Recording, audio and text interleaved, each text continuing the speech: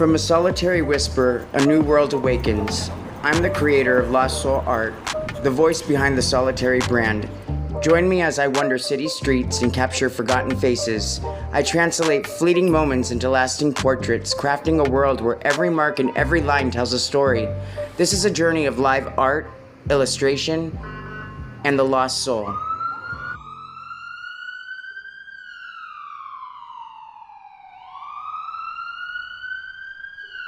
Hey, I just got off the elevator and I'm heading to my studio apartment so I could show you what it's like to pack on a daily basis as a street artist. Here we go. All right. And I have furry children that will greet me. Hold on one second. Uh-oh. Here we go.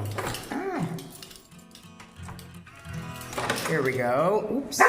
Hey, furry friend. There's my Apollo right there.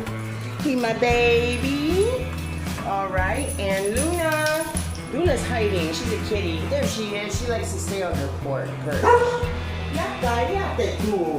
Who's barking? I see you. I see you, my baby. I see you. So, this is my home, my studio, my place where I can escape, okay? So originally on these walls, I had like a space scene going on, and as you can see, I was really unsure of the imagery that was going to take place, but now I'm sure of the imagery that's going to take place. I've recently just gotten out of a very toxic relationship, and so I've just cleansed. I am in the middle of cleansing my entire life, including where I go and do my art. And so as you can see, I've painted over the walls as to begin a new portion of painting. And I've decided to create an entire mural that incorporates my entire studio apartment into an Alice in Wonderland theme. I literally just started, so here's what I have so far. This is Alice, and she's going down the rabbit hole. She just fell through. And I don't know if you can see just a little bit, but I originally had Alice sitting in a position with her legs like open. It was a very common position when I did Alice in Wonderland when I was a ballet dancer.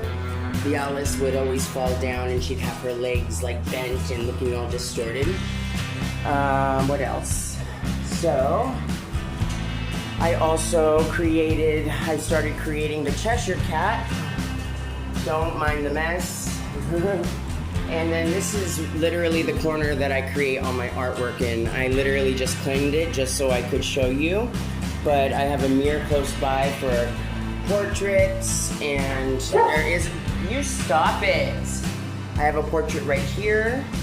And this is where I keep all my books. These flowers my mama got me, Nico Mayer.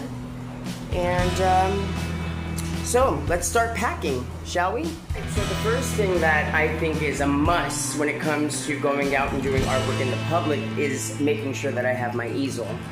My easel is a wooden easel. It comes with this case. It's really easy to set up and it's really easy to carry. A lot of what I do consists of walking, and if you're from San Francisco, then you must know that it's a hill and a half city, you know, there's just lots and lots of hills, so you get that butt workout you weren't expecting. Alright, so aside from the easel, I bring a series of paints. I bring some acrylic paints because they are a must, and after all, it is my favorite medium to work in. Although I do work in a variety of mediums, acrylic is my favorite, and it's because it's a very forgiving medium. If you mess up, you can always paint over it. Alright, and here's my famous backpack. It also holds probably the majority of what I'm going to be using, or if I decide to be using. I want to be prepared. So here are some watercolors. They seem to have fallen out, so I have to fix that. But I also get my sketchbook. Sketchbook I carry with me at all times, really. I have to. If I don't, then I might be putting myself in a situation with social anxiety. And the way that I work with my social anxiety is I draw. When I was younger, I was diagnosed with an auditory processing learning disability. I don't really know if it's a learning disability, but it was for me. And I guess what that entails is that if you're a teacher talking in the front of the room, it's really hard for me to pay attention unless I'm doing something with my hands. So I was actually given permission a lot of time throughout my classes in high school to be able to draw, because it really was the only way that I could, comprehend what the lecture was going to be. I think everybody will find out that they have some type of learning disability, and they, learn better doing, various things. A lot of people are visual learners. I am one of those visual learners. I believe that if school had the History Channel, I think there would be so much more information that would have been comprehended and stored as long-term memory. So, when I'm in a social environment, I think drawing is a must. Otherwise, I will start to soak up everybody's energies and get really drained out. Alright, I'll just show you a couple of pages of my sketchbook. It's pretty new. That's the front page. Just random stuff that comes to mind. It looks like a brain, but it's actually a tree, like growing. I'm really into like the tree of knowledge and the tree of everything, or the tree of life. You've seen me actually draw this image. I've used it a lot in a lot of my videos. This one I didn't like. I think her face came out a little weird, but it is a cool concept, and I am willing to paint it. Here's a practice portrait of someone, not anybody in particular, but somebody that I just made up in my own head. There's a skull, and on the rest it says, "Fuck love." I drew this at a time when I really believed in fuck love. I'm actually going to be doing this for one of my episodes. I'm going to be coloring it, and I haven't decided whether or not to do it in time-lapse or to do it in real time, because I'd also like to share, what I'm doing, what the process is. Here's one of the signs that I like to use when I'm out on the street. It says, "Support the art/artists. Your contribution is gratefully accepted and helps me to continue to create." What else is in here? I guess that's the last one. See, I told you it was the beginning of the book. And I think that's all that I can really, mention when it comes to things that I pack. I mean, my backpack's already packed, unless I didn't really go through the other pockets. Let's go through the other pockets. All right, so let's see here. Es nada.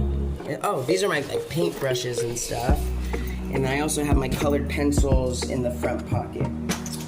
Alright, now that is, I think, all that I could really share with you at the moment. I was so nervous to do this very first episode because I was going to be showing the world that follows me my house.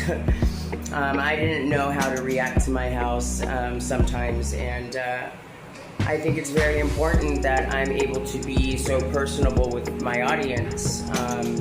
It forms a relationship, and so now you've seen my house. Maybe you can, leave in the comments, or give me what is that called? Give me like something that I can click on that goes to your channel. I'll start following you. Even though that sounded very unorganized, and I don't care. I hope that you enjoyed this very first episode, and I hope that you stay tuned for future episodes. And as me and Apollo like to say, we love you, and keep following us, huh, baby? My baby. All right, thank you.